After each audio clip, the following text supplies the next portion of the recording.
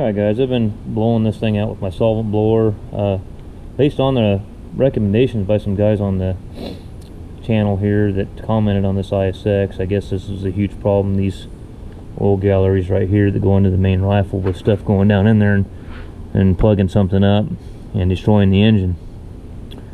So I blew those things. I rolled the crank around and blew through every journal to try to blow anything that might have fallen down in there back up. I've got air coming. I checked every one of them. I got air coming out of every journal. So I'm pretty sure I'm okay there. So I plugged them off here.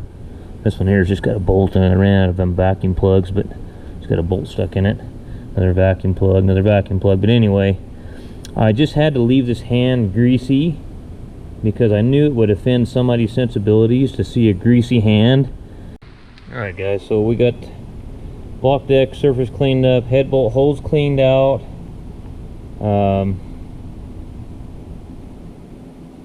next step, I've got counter bores cleaned out. As you can see, I like to, if all possible, see the way I've got that shined up down there.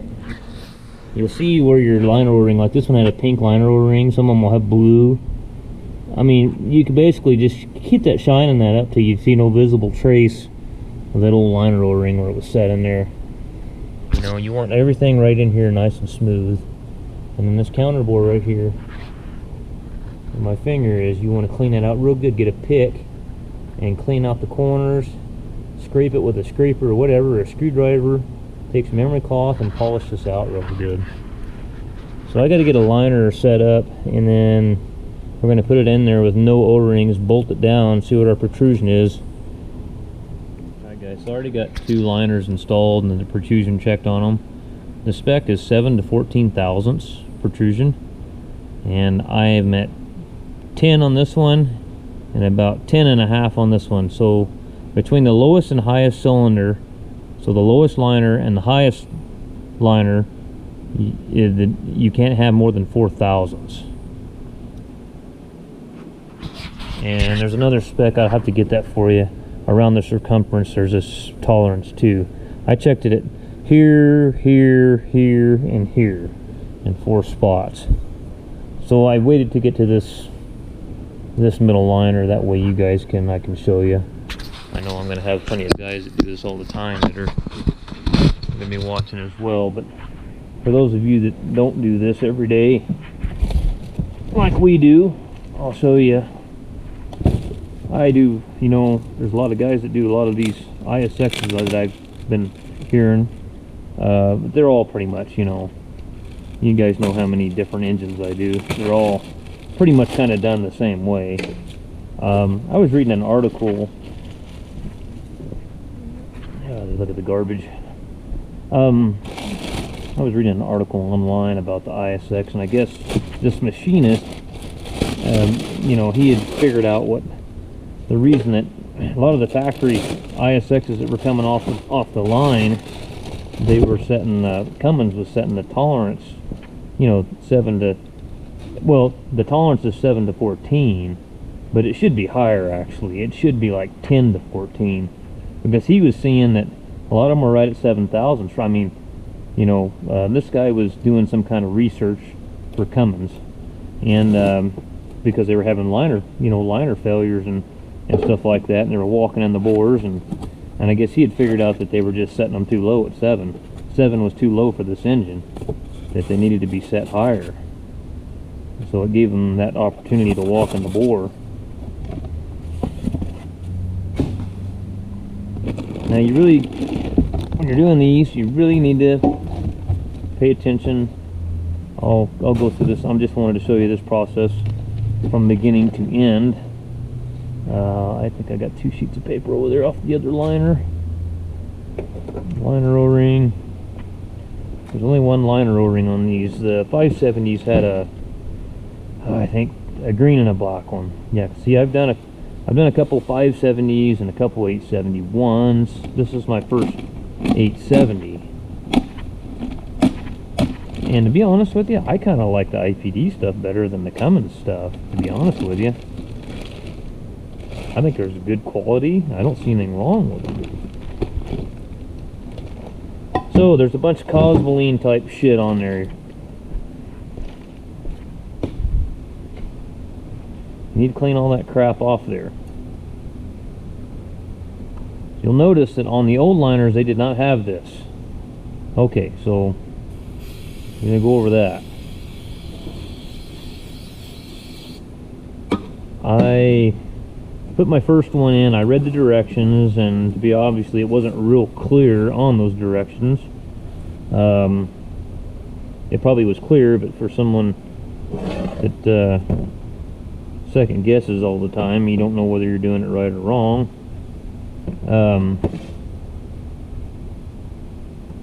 This liner shim has to be used. So what I did is I went over there and I stuck it in the bore and measured and bolted it down to 50 foot-pounds, and I checked it, and it was low. And I went out and I got another cylinder liner, one of the old liners, and I stuck it back in the bore and I checked it, and I had 10 thousandths. So then I went over here and I put the shim back underneath it and I put it back in there, and I had 10 thousandths. So this shim has to be used on these IPD liners like this, on this engine anyway, because it won't have the right protrusion without it. It'll set too low.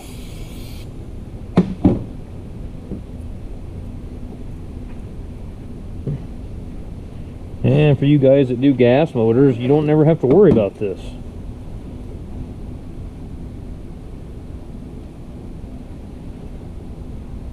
Okay, so the other thing is you want to get that cosmoline shit out of the O-ring groove. You want to make sure that shit's out of there.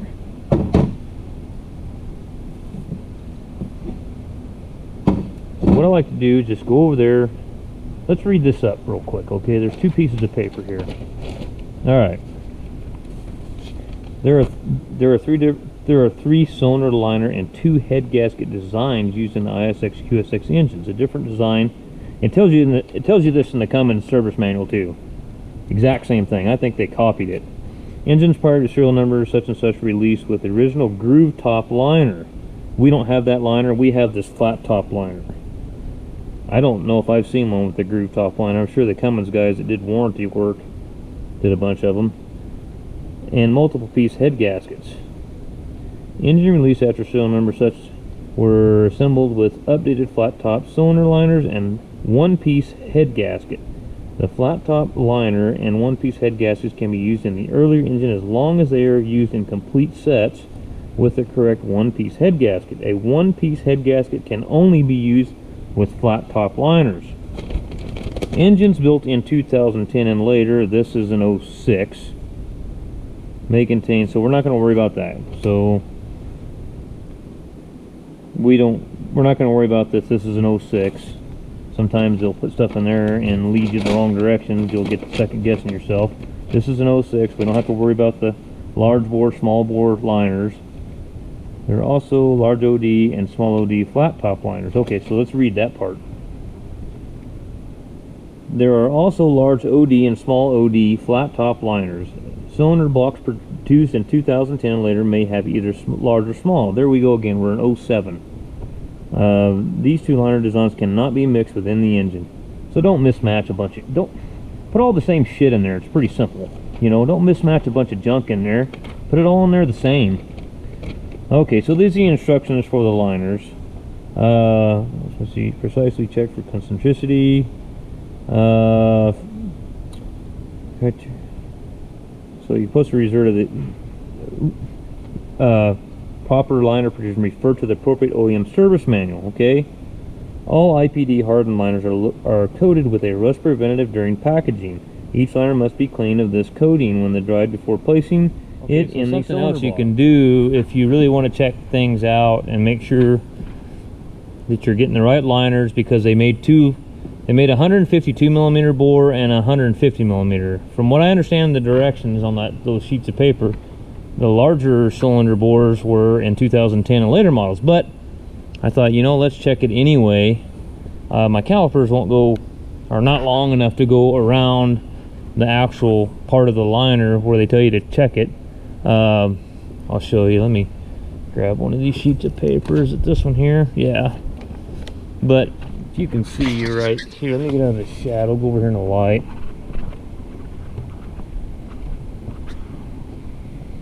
But right there, you know, basically where your liner O-rings and that where it's stepped up on the liner, that should be the large block OD is 152 millimeter or 5.984 inches, and the small bore is 150, which is 5.906. So I took a telescoping gauge down in the bore of the block and checked it in about 3 spots and took the calipers, and I was getting like 5.907, 5.908. So I knew I had the small bore liner. And then I grabbed the box here, and the box says this part number is 150 millimeter OD, so that's the small bore liner. So that's one thing to kind of double check, make sure that a parts guy didn't stick it in your behind. So anyway, we are changing the connecting rods. The rods that are on it, let's see if we can get a shot of this.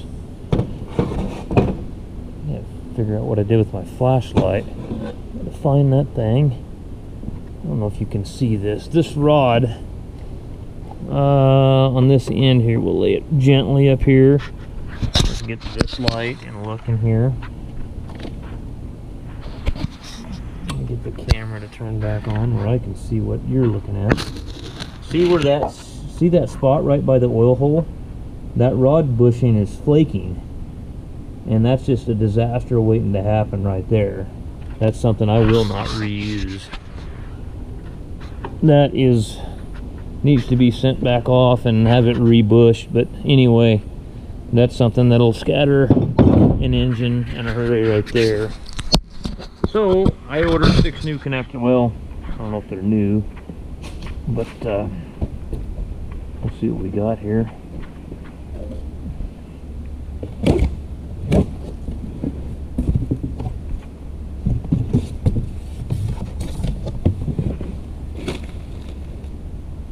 Must be some kind of reman rod or something. And then I'm probably going to go get the dimensions for these and see, make sure the small holes and everything are where they need to be. But these look a lot better so far anyway. Brazil, just like the other ones say. Oh yes, that wrist pin hole looks really, really good. Really good. And on these Cummins rods that are going to have alpha numbers on them.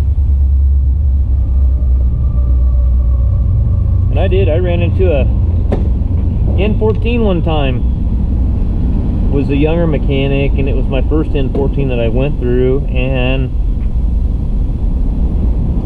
started putting rods and pistons in. I'd already got them all set up, was torquing them down one at a time, and even back then I would check them one at a time and make sure everything turned.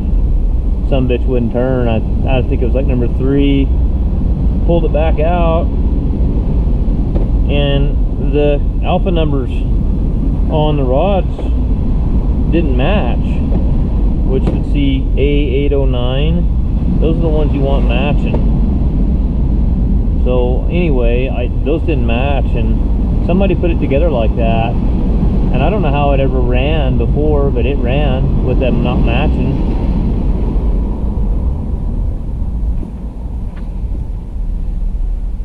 So let's get all our rods out and see what we got. Make sure that the shipping company didn't smash it and damage it. And I don't really like this newspaper wrap around. It'd be nice if they would have had some kind of padding in there. Would have been kind of nice. Kind of makes you a little bit nervous.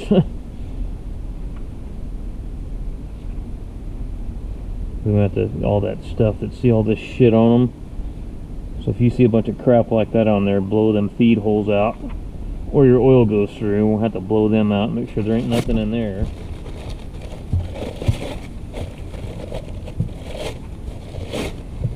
I was in that old shop here in Wairika that one logger owns, that I work in out of every now and then. When some old guy had owned the place and he had died.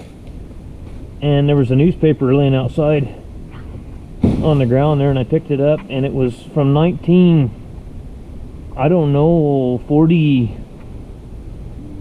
It was during the war, because they were doing A-bomb testing, and it was talking about the A-bomb testing in where in the hell was it? New Mexico, Los Alamos. It was talking about the A-bomb testing. I thought, that is neater than shit. I put it up on the wall in there and told the owner about it. It's his newspaper. I didn't want to take it, but I thought that is just absolutely, just to me, shit like that. It was just, I mean, you could read it legibly. It wasn't faded out real bad. It was in pretty good shape, and I thought that is just shit like that is, I think, is just neater than hell. That one there's got a little bit of scarring on it too. You wonder how the hell did they do that? Now, if this was a V8 engine where the rods kind of ride against each other, that would be a very bad thing.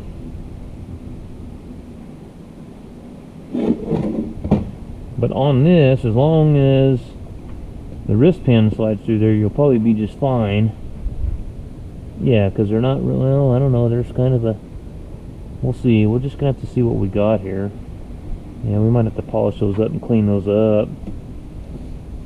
I don't like shit like that. I do not like it. Let's see what we got for piston packs. What do we got down here? What the hell's that? What the hell is that? Oh, that's that new bypass valve for the I think that's for the oil filter head deal, I think. Somebody tell me. I'm thinking that's what that is. There's an updated one for that. My buddy was telling me about that. I got a metal one now. I might have to, I may not put that one back in there. I'd rather have the metal one in there. I think that's the one that goes in the filter head, the oil filter.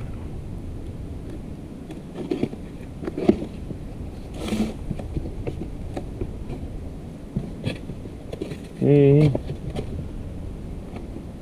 Torrance, California. How dare you make something in California, you bastard. You're not allowed to produce anything here. How dare you be a productive citizen, you no good bastard. You're not allowed that in California. You're not allowed to be a productive citizen. Wrist pin.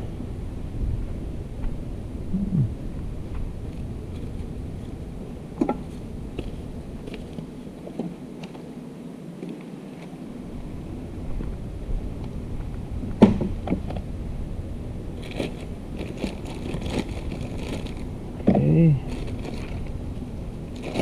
Alright. Packaging. At least these IPD's packaging is way better than the guys that sent the rods.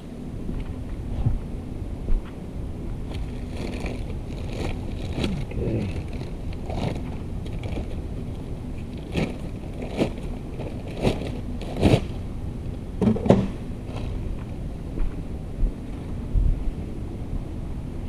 More crap that we'll have to clean these up. Get all that shit off of them. With new parts, you almost do more cleaning on them than you do the old stuff. You know, taking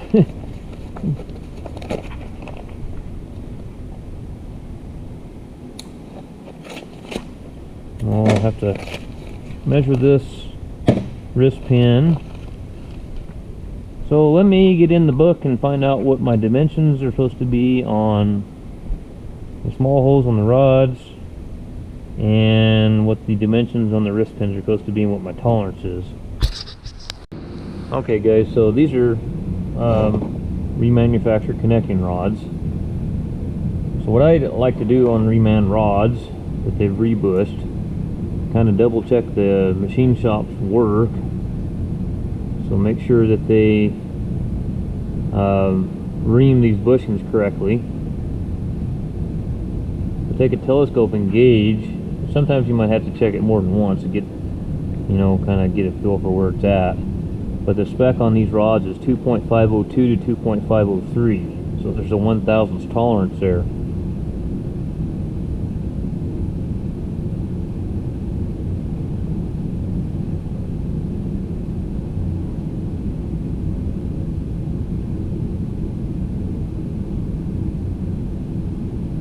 I think I squeezed it in a little bit. Let me go back in here. Yeah, I did. I squeezed it.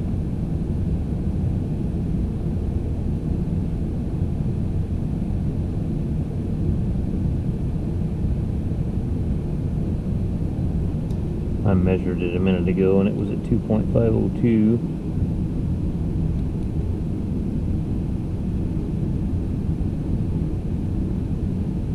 I'm actually at 2.503 right there, so I would say that one's good. And the rod, or the wrist pin, is 2.4987 to 2.5 is max.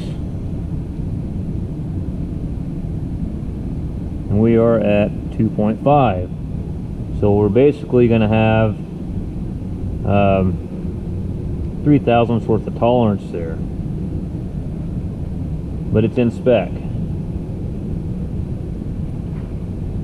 So, and then blow your holes out on these way they were packaged. They had there's a bunch of loose material from newspaper. I mean, if they did machine, you can tell where they cleaned this up.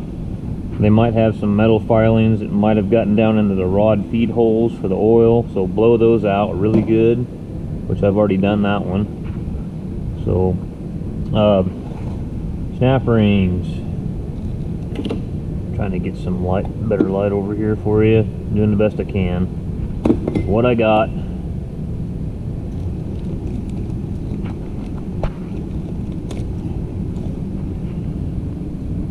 Just take the snap ring. Here's the front of the piston. The arrow's going to go towards the front of the engine. I just take the snap ring and see. You guys know you guys that have been watching the channel for a long time know the variety of different engines I work on. Any from John Deere, Cat, International, you name it. Some engines it doesn't matter. I mean, some of the John Deere engines it didn't matter.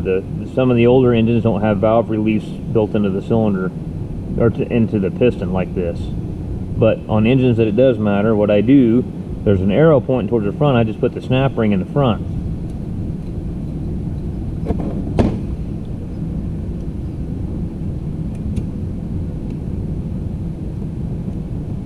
That way, when I flop this thing upside down and I'm looking at it, I always know where the front of the piston is. It's just easy to do that on.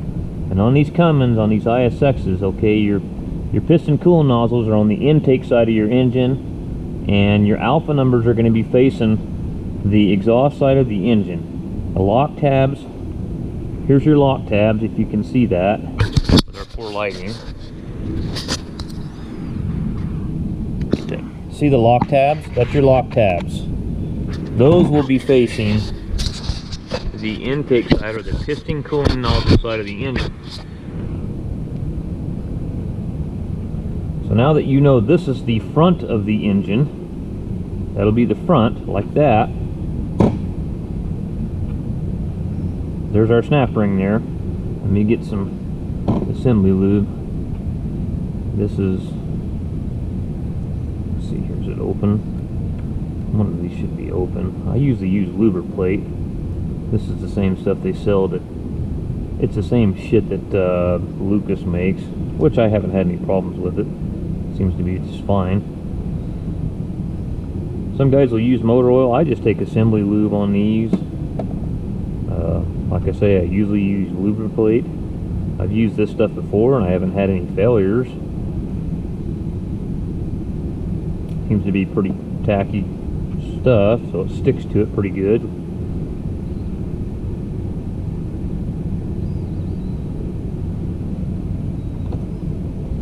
Coat the inside of your rod bushing.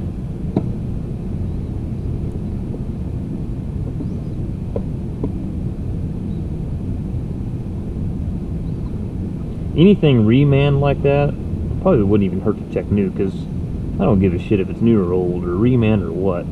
You've always got to consider the human error factor in anything that you do.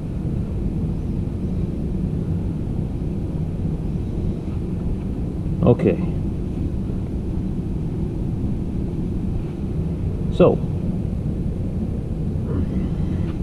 So here are our alpha numbers, alpha characters. Would be this A649, and when they remanned these rods, these guys actually put number 1. They stamped them on the cap and the rod.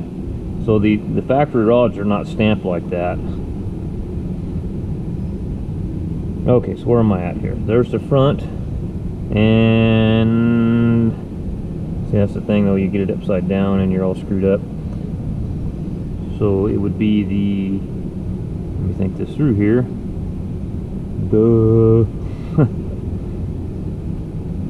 I get all screwed up when I get upside down like that. If I go like that,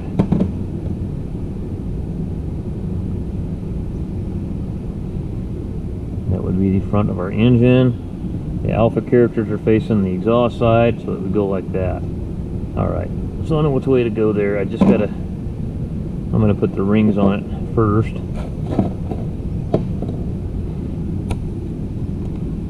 And my ring pliers are laying in the shop in Klamath Falls. So let's, what do we got here? We got lots and lots of directions. What's the warning here? Do not install pistons into liners with a one-piece tapered ring compressor. Using this type of ring of compressor can cause damage to the lower land of the oil ring groove. This will cause engine failure. Scissor type ring compressors are recommended for installation of pistons. Band type ratchet compressors can be used with extreme caution. Do not allow the inner wrapper to drop down between the line. Okay, that can't happen. I have had that happen. Breaking in rebuilt engines, top compression rings, intermediate rings, oil control.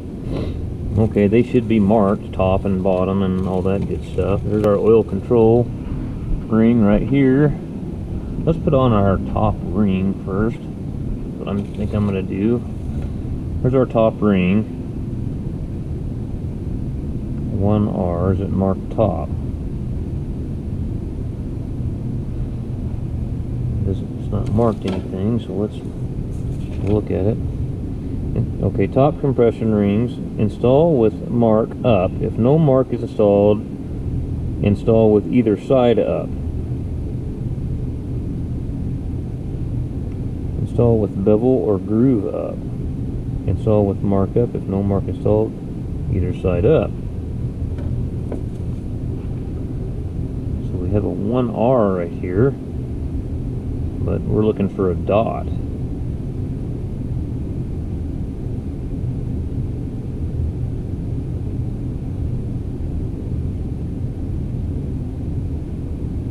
Okay, there's no mark.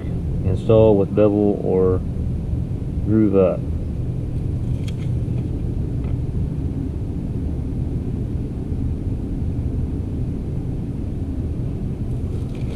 They're not very clear on that, are they?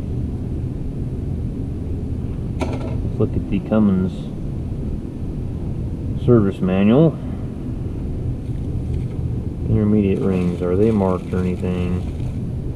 Okay, so now that's a beveled ring there, and those have 2 dots on it. And then it says up, 2 IPD.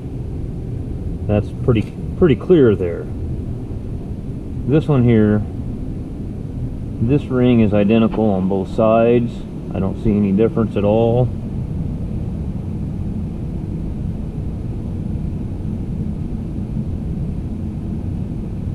Yeah, there's no difference at all on this top compression ring. It can go on any way. And you don't even really need a piece of ring pliers on these ISXs. The rings fit so loose on there. I wonder if they do that for the carbon factor, how prone they are to getting carbon. So this second compression ring's it says there's 2 dots on it, and then it says up 2. All right, so that's number 2. Let's do it like this. I probably should have went the other way. Go like this. Make sure we're the right way. There's up. I'll slide the oil control ring over the bottom of the skirt. Not really even a skirt on these things. Like I say, these ISX ones, man, they go on pretty damn easy, really. Okay, so I'm going to put the 1. That's 1. I'm going to put that up here on the top.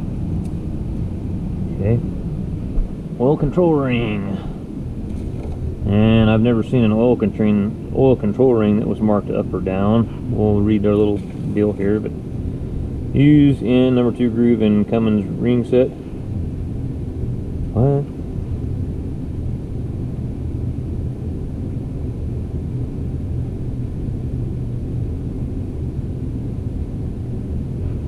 Okay. Some of their directions aren't very clear as to what the hell they're talking about. Alright, so you should have a yellow. I don't know why they got their yellow. That's not right. That's not very good. So let's look at this. Alright, so you're going to have somewhere on this oil control ring, it's going to be split. Should be. Maybe this style isn't. No, there it is right there.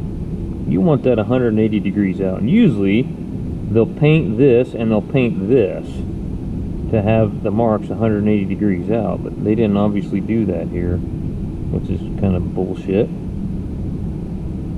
So just lay that one there like that.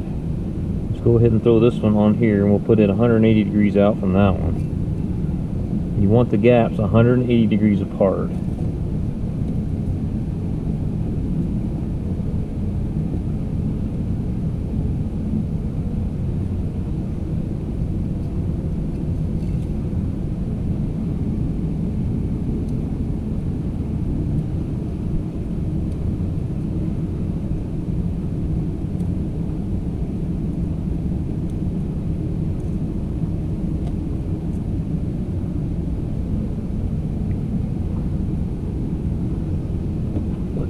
They're right. Okay, and then once we get everything lined up, we'll stagger our ring gaps. Okay, so here is the front. Remember, we went. If you want, you go like that so you don't get confused like I do. I get upside down and I get all screwed up. So there's the front of the engine. Our alpha numbers need to face the exhaust side. There's our alpha numbers. And the lock tabs will face the intake side of the piston cooling nozzle side.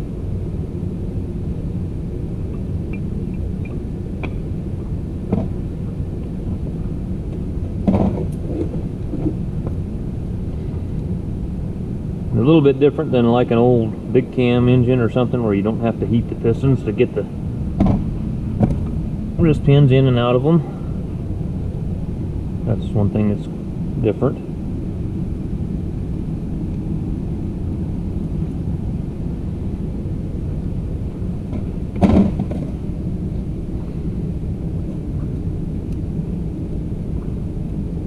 Damn, I need to go get my straight ones.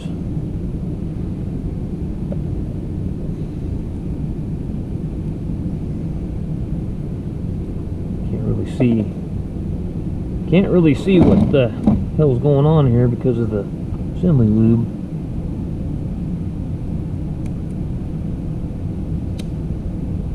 Okay, so we're in it.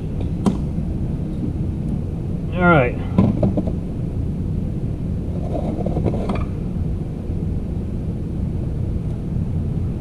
So let's get our impact, zip the rod cap off.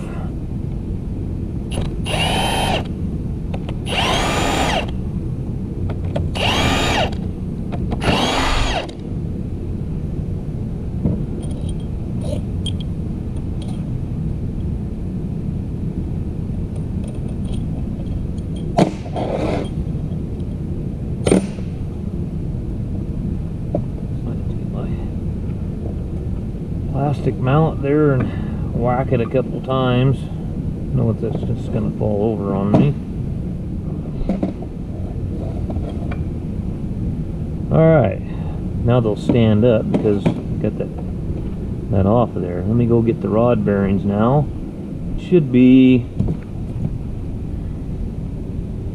these mains or rods. Used with drilled connecting rods only.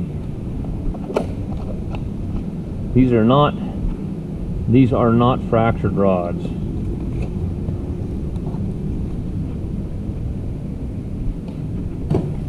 And these are all standard.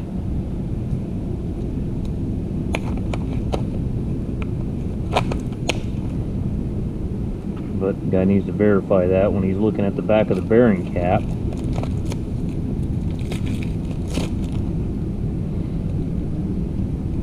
So you're going to have an oil feed hole in one and not the other. Now, oil feed hole is going to be going in the rod end. Damn it, they got stuff. That's kind of neat. That's actually a good idea. Make sure you pull that off though. They had a piece of plastic in between the bearing shells so they didn't get damaged. And I've seen guys do that before. Don't put oil on this side of the bearing. Upper. Standard. I think this, you know, I did some IPDs on some 3406 cat motors. The only thing I didn't like was their head gaskets very much. But the guys that I did it to, they were high horsepower applications too, and they held together just as good as the cat stuff did. I don't think there's a damn thing. I think that people are paying a lot more money for just as, you know, they could pay a lot less for just as good of a product. I really think. That's just my opinion. I'm not, you know, you guys see me, I've done a lot of tractor engines that I did a 12.5 liter PowerTech, and all they do is rip with that tractor. It's the same one that I did the power shift transmission in, and that's all they do is rip with that tractor all day. So you can't tell me. And it was an IPD kit that we bought for that one, and that sumbitch, they run that for, I rebuilt the power shift before I did the oh yeah, we need to read that bearing. Should be lower standard, okay. But I don't think these outfits like this would be in business if their stuff was so inferior that, you know, it just couldn't be used. I've heard some guys say, oh, I'm not using that, only OEM. Okay, whatever, dude. If you start looking and do a little research on IPD, and especially like Interstate McBee manufactures a lot of the OEM parts for Detroit. So you can't tell me those guys don't have some kind of tolerance to their parts to where they're just as compatible or, you know, comparable to the OEM stuff, because they're making the OEM parts. So I think it's a bunch of hogwash people that, I mean, there's obviously parts that are, it's like going to Harbor Freight. If you buy the cheapest thing in the store, I'm sure, yeah, Harbor Freight even, you know, on their tools even actually has their low grade and their higher grade stuff. Their higher grade stuff isn't too bad. It really isn't. You know, they do sell some absolute junk. I will completely agree with that. But that being said, I don't think it's all just completely junk, and just because it's from Harbor Freight you should say, oh shit, I'm not touching that, I'm only going to Snap-on. You know, I think that's not the right answer either. I have to do what I can afford to do, and that's exactly what this guy's doing. He has to do what he can afford to do. Just because it says OEM on it, should he spend another... There was a $6,000 price difference between the IPD kit and the Cummins kit. And like I said, I've used a bunch of IPD parts. I've never had an issue. I'll do this one a little bit different this time. I'm going to pop that one off first. Blow this rod out. Let's go this way.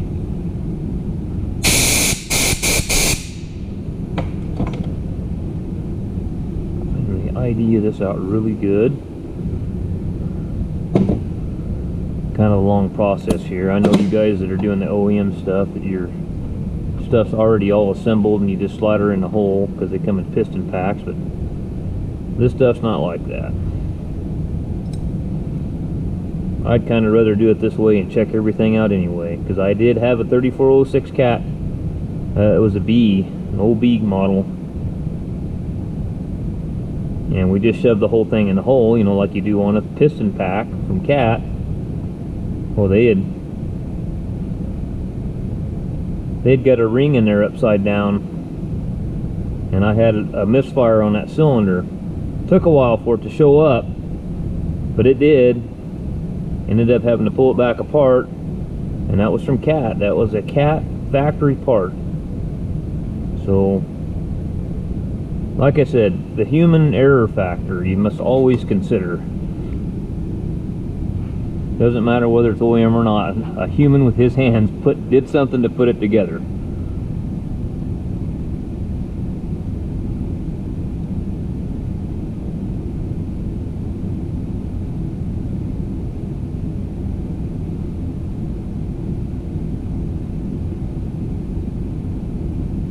Turn it.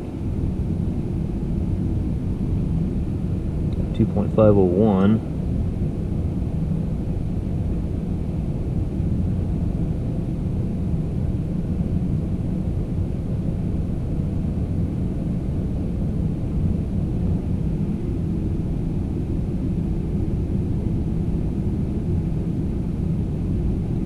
Dang it. Is there a way I can lay this on the bench and steady this thing because my hands shake too much? Getting old. And 2.502 right there, so I think we're going to be okay on these. I'll check every one of them, but just to make sure. So let's get a new piston out.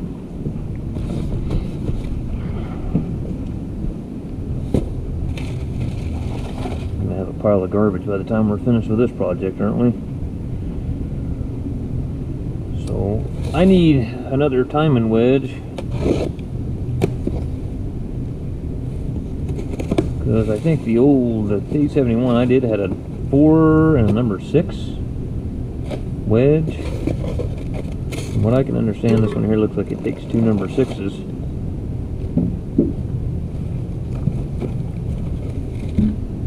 Okay, so let's get our wristband and measure it right quick. There's our snap rings.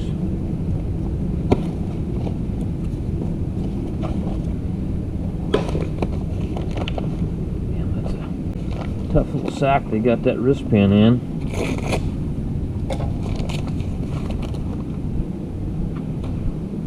We'll measure that real quick just to make sure we're somewhere where we need to be.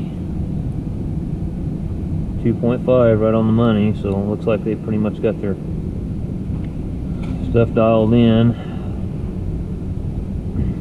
Okay, so let's get our piston. Get it over here, get a snap ring in it.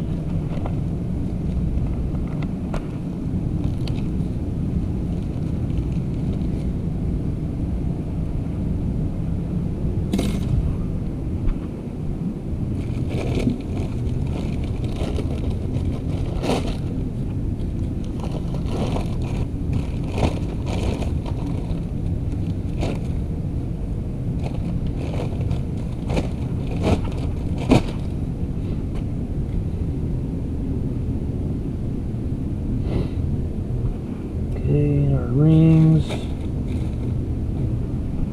I'll leave it here because I got enough garbage over here. I don't need to be cluttering this bench up too bad. It's already cluttered enough. Find the front of the piston. I need to clean this off for, well, I'll put the snap ring in, but then we're going to have to get some brake clean this cosmoline shit they got on here off. Okay, so front.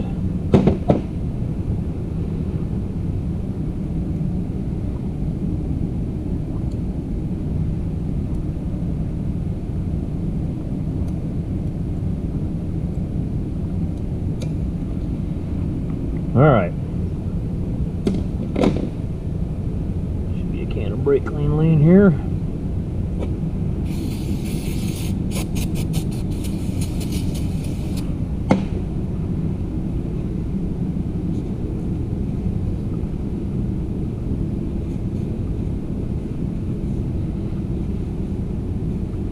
It's a little easier once you get one set up right, and then you can sit there and look at that one upside down and see which way, you know, the numbers face, and you can just look at it and set all the rest of them up like it. Makes things a little bit easier once you get the first one set up.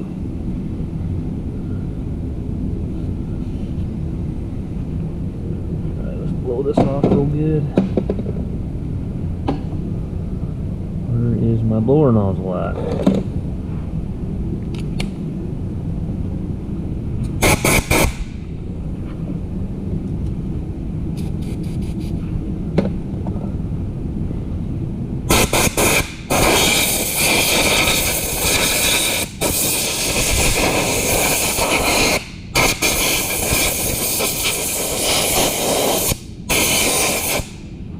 Okay.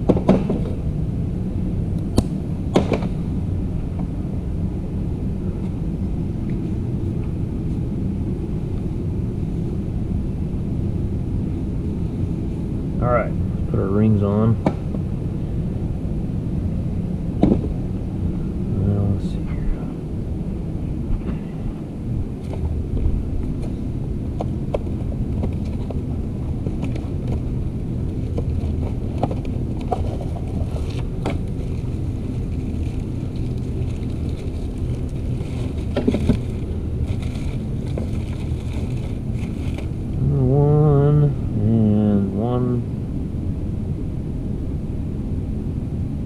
One R. We're going to put the 1R facing the top. Actually, what am I thinking? Let's put the oil control ring on first, and we'll just work our way up. So again, let's find our gap. Gap's right there. Put it towards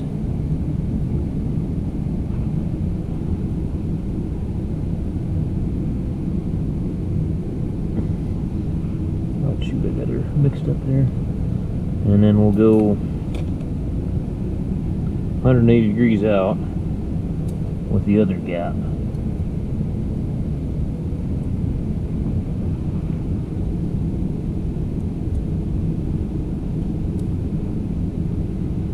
Yeah, you don't even really need a pair of snap or piston ring pliers with these things. They're so loose on there.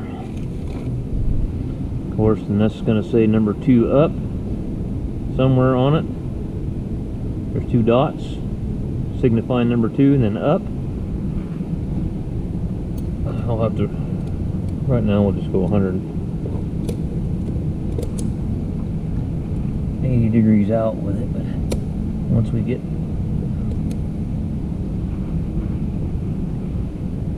okay, so it's 1. And there that is. Okay. And let's get some assembly lube.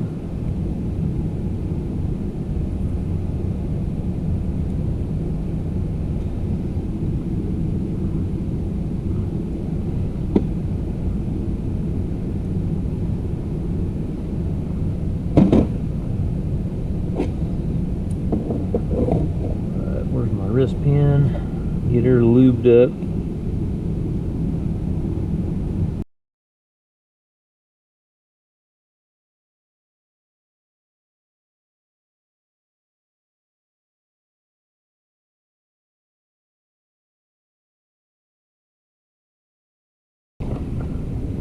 And a lot of people ask me, how come you don't go work for a dealership?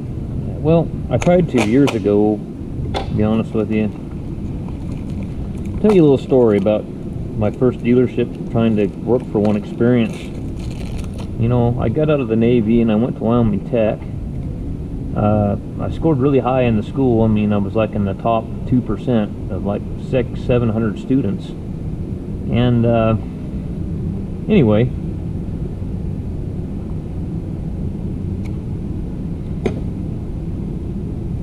my wife, she had a cousin of hers that was living up in Gillette, Wyoming, and her husband was working for Laterno, and all we ever heard was how big of money he was making, and he was, you know, he was kicking ass and taking over the world up there, and you got to come up here, you got to come up here. So we went up there. Well, I applied for jobs at Laterno. I applied for jobs at every mine, for Kennecott, for all them outfits up there, Thunder Basin Coal Mine. Never could get a job. Ended up working for an outfit called Black Hills Trucking, and there was a shop foreman there that was RJ. Yeah, he was a dandy. Me and him didn't get along at all. He was he's just one of them guys that he was a legend in his own mind. And anyways, we didn't see eye to eye, and it just wasn't working out. And I finally got a chance to interview at Wyoming Cat. Well, when I went in there was this kid that was in there that was from Gillette, but he was in my class at Wyoming Tech, and he was one of those kids that was always drunk, partying all night, and you could tell mommy and daddy were paying for the school, because if you were paying for it, you wouldn't be doing that. You'd pay attention to what the hell you were doing. And anyway, he barely passed the school with like a 71%. Well, anyway, he was there the same day that I was interviewing at Wyoming Cat. Guess who got the job? I graduated that whole school, all the curriculum, all the combined classes, with a 98%. He graduated the combined curriculum with a 71%. And they hired him because he knew somebody at the dealership. He was from there.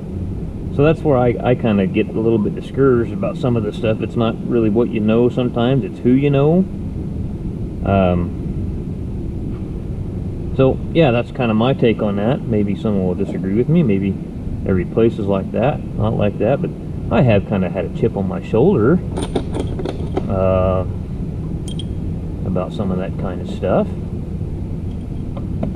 And then I've had some, I had a really good, when I worked at the strawberry nurseries, my shop foreman there, his name was Tony, and Tony was awesome.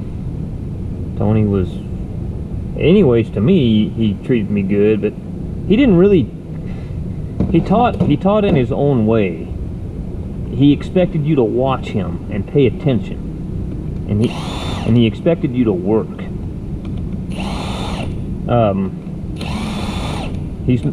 You're a man. By that time I was 25 years old, and you're a man. You're expected to get your head out of your ass and pay attention. You shouldn't have to have your hand held all the time. And that's what he expected. So everything, and see, I only got to watch him work when he came up for harvest, and I'd spend about a month, and I lived in his shadow, and I watched everything he did. And Tony's a damn good mechanic. This newer stuff, he's not as keen on. Of course, a lot of the older guys aren't.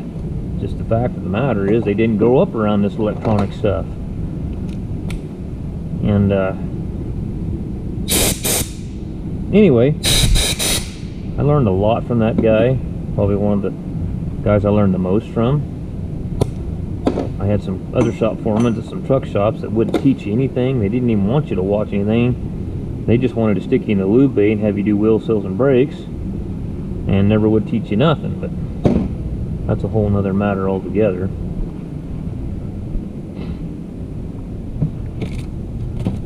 Let's get this piston I can get.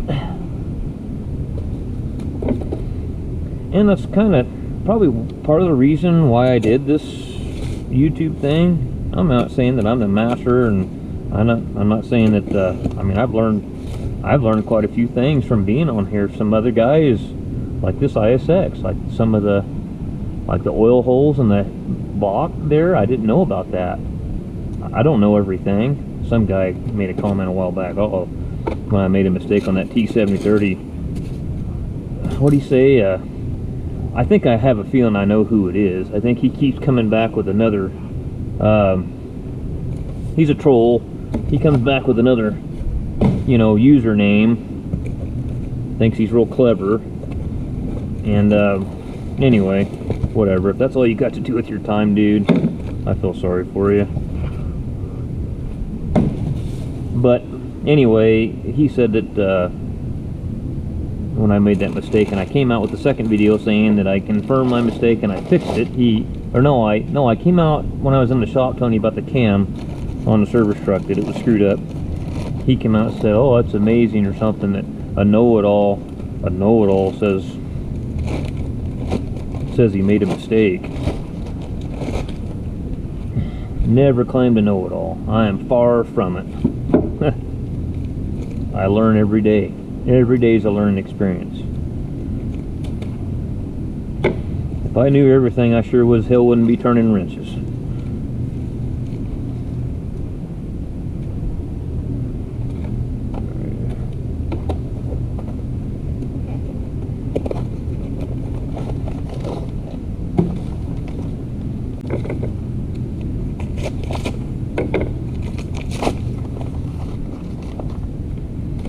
I think some people, I really do, I think some people see some other people having some sort of, I mean, I'm not knocking them dead on this YouTube channel. I think I do okay, you know, for what I'm doing.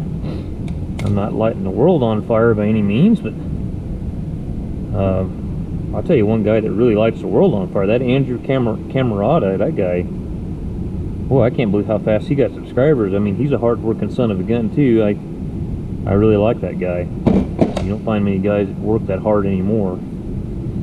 So I think he kind of has the same work ethic I do. He's go, go, go. I really like him. And guys like that are great, you know.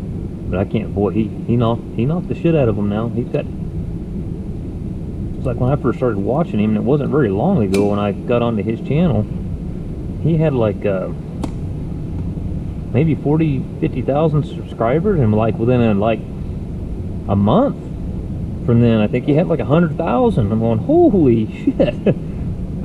Which is great. Hey man, that guy works his ass off. Anybody that's working their tail off like that, you know, I want him to be successful. I'm happy for the guy. Good for him. He deserves it. He works his ass off to do this stuff and show everybody what he's doing. You know, why would you not want someone, like I was saying though, but some of these guys, it's almost like they get jealous and they don't want anyone else to have any success. You know, it's like they just love being miserable. And what a miserable existence that must be, actually, just to, what are you doing today? Oh, I'm going to get up and get on the internet, and I'm going to go just cause hate and discontent on YouTube.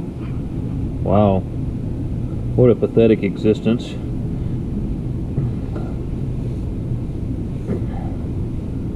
You obviously do not have enough to do with your time. Just out of this can.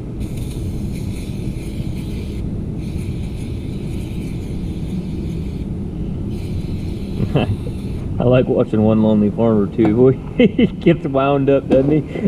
Oh man, I kind of like his rants. I really do. Some people don't like his. I like his rants when he's calling them a bunch of no good sons of bitches.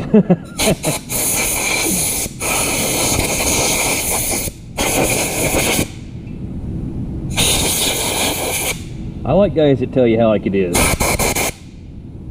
Might hurt your feelings, but you know what? At least you know the way the guy feels. He ain't gonna beat around the bush there and feed you full of a bunch of bullshit like half our politicians do. That's one thing you can say about Trump as well. He's kind of like One Lonely Farmer. Yeah, you may not like what he says, but at least you know where he stands. And I would rather have that in a man than I would some lying bastard who's pandering for my vote, that's going to tell me a bunch of shit that he's going to do, and then go out there and do exactly the opposite. That's the shit that pisses me off.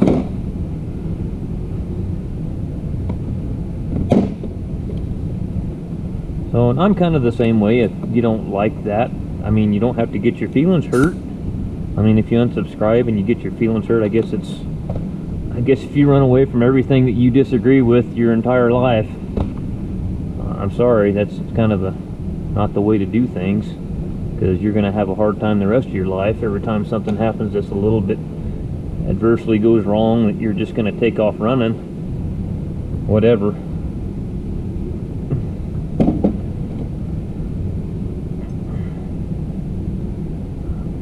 Yeah, I worked with a ranch foreman there at the strawberry nursery. Me and him, we never got along at all.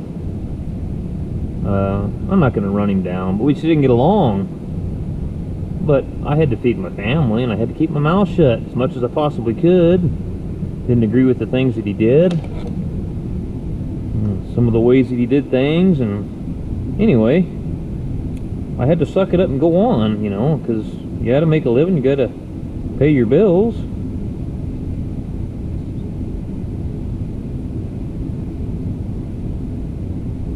I think we've got a little bit of that snowflake mentality these days. People are a little bit oversensitive.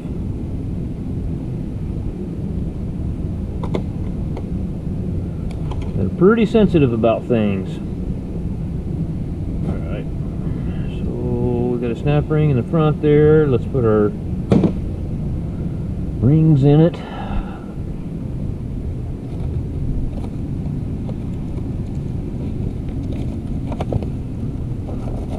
And somebody will probably unsubscribe because I like Trump, you know.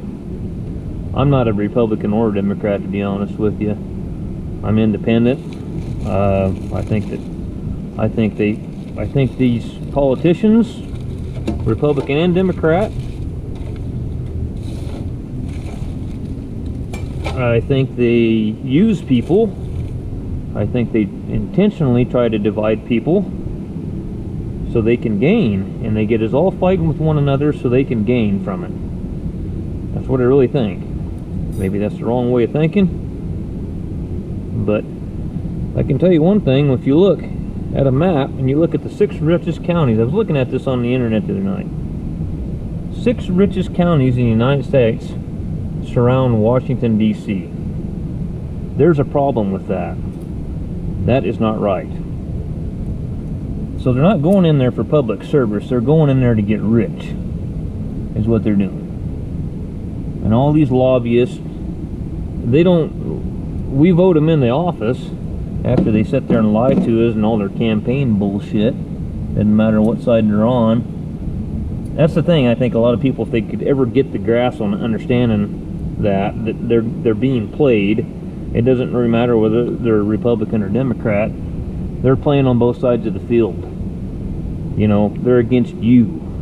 Yeah, you might think that all that shit they're saying in their campaign speeches is true. I can tell you right now, when a politician's lips are moving, he's lying. I don't care what he is, Republican or Democrat. I don't care for any of them.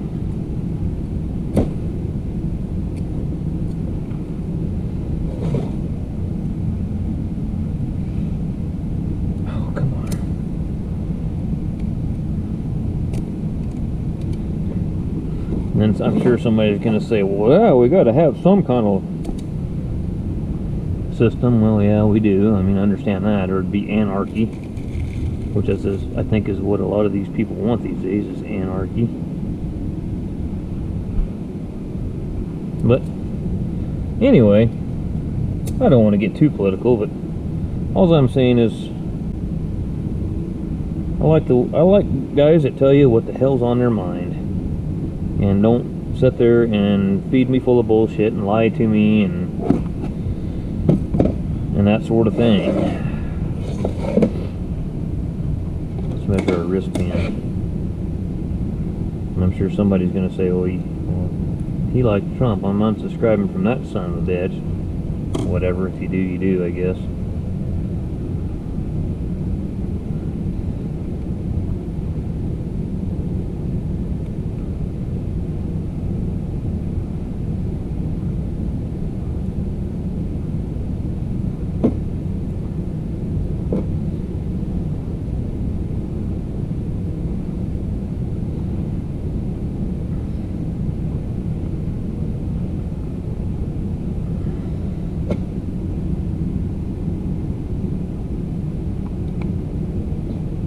Boy, this stuff's pretty tacky stuff, isn't it?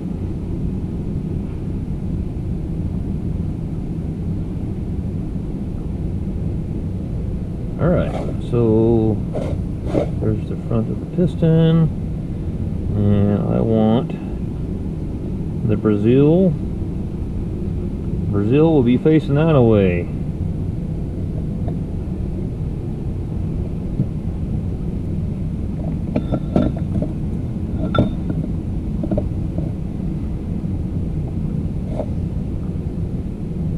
Okay, snap ring in there and put the rod bearings in, and we'll have half of them set up, and then we'll eventually get around to putting them in the engine, torquing rod caps down. We'll be getting, and then we can get to work on putting the cylinder head on.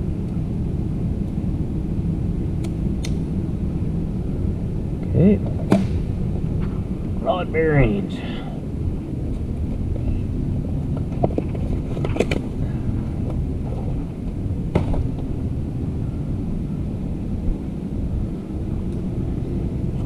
Yeah, when I was younger, I had a pretty good chip on my shoulder about the dealership thing after that whole Wyoming Cat experience, and seeing how that all went down, I thought, that's bullshit, man.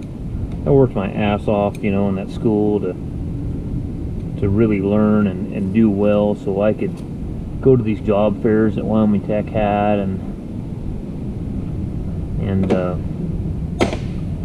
you know what I should have done though? One thing I turned down, I didn't know anything about them, and to be honest with you, I probably would have done pretty good there if I would have went to work. I got a pretty good job offer back then from Oregon Fuel Injection. They were at a job fair there for Wyoming Tech, and I probably should have went to work for those guys, but I don't know. I didn't like Eugene.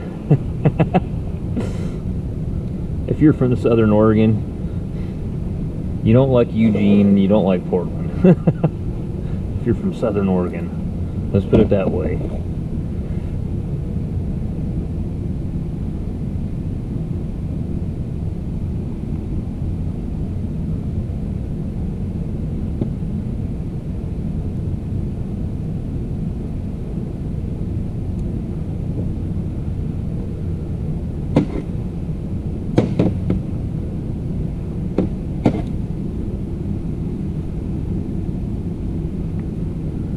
Yeah, you might run into some of these Cummins with fractured rods. You guys have seen my videos. I have some videos on some engines I rebuilt on there that had fractured rods.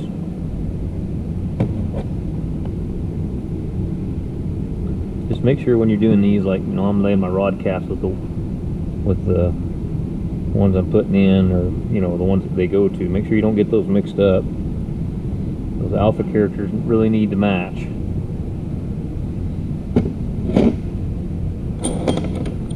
Alright guys, so I'm going to